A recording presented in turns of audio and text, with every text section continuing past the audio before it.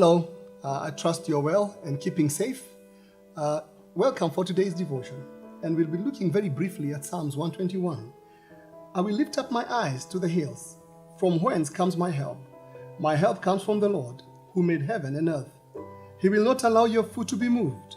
He who keeps you will not slumber. Behold, he who keeps Israel shall neither slumber nor sleep. The Lord is your keeper.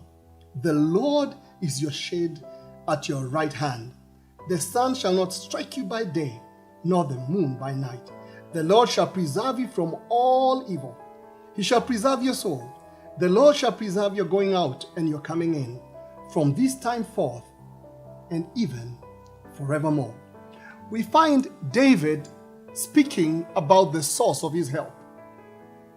He says when he looks at the hills, where does his help come from? And he affirms that his help comes from the Lord. He declares that he who watches over Israel neither sleeps nor slumbers. And we find at this time the question to ask is, what is the source of your confidence? What is the source of your security? There's so much sense of insecurity, and especially in terms of resources. But where does your help come from?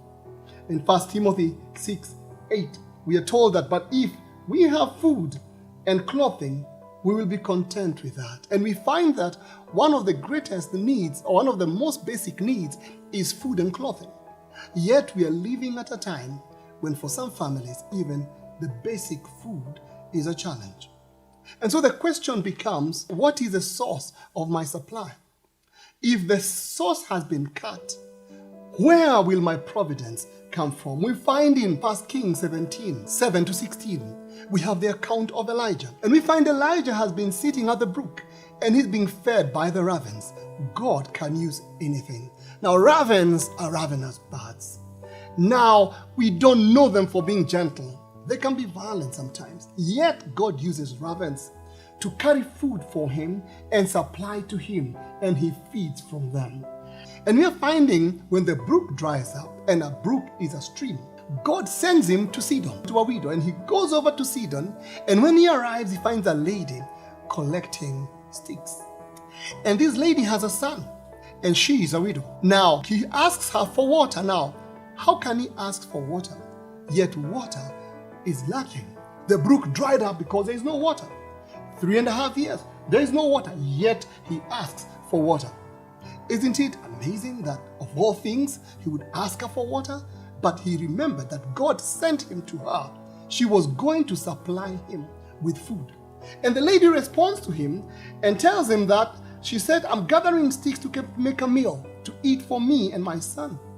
And Elijah tells her that, give me bread. And now Elijah told her, don't be afraid, but first make me a small loaf of bread. And she answers him back and says, all I have is a jug of oil and a jar of flour and a jug of oil. That's all I have. That's what she says.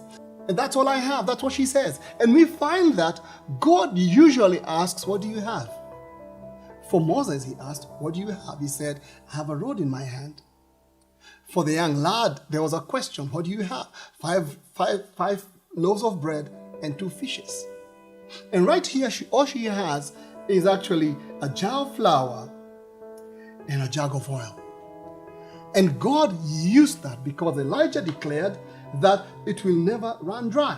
And after she supplied of the bread, from that time onward, the jug of flour never ran dry, and the jug of oil never ran dry.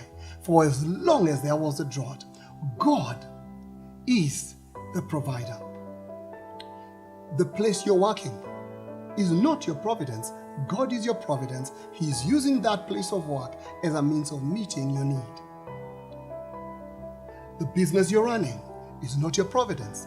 God is your providence, using the business you do to meet you at your point of need. And that's why it's a challenge when we start worshiping the means of meeting our need and not the provider of the needs. And so we find that Jesus himself, in the Lord's Prayer, he guided us on how to pray. Matthew 6:9-13. Our Father who art in heaven, hallowed be your name. Your kingdom come, your will be done on earth as it is in heaven. Give us this day our daily bread. And we find that God is our provider. He's the one who gives us our daily bread. He's the one who sustains us. He's the one who fulfills our need. And so God is your providence. He can use anything. He can use any means to meet you at your point of need. May the Lord strengthen you. May He enable you. And may you remember He is your providence. And He can use any means to meet your point of need. God bless you.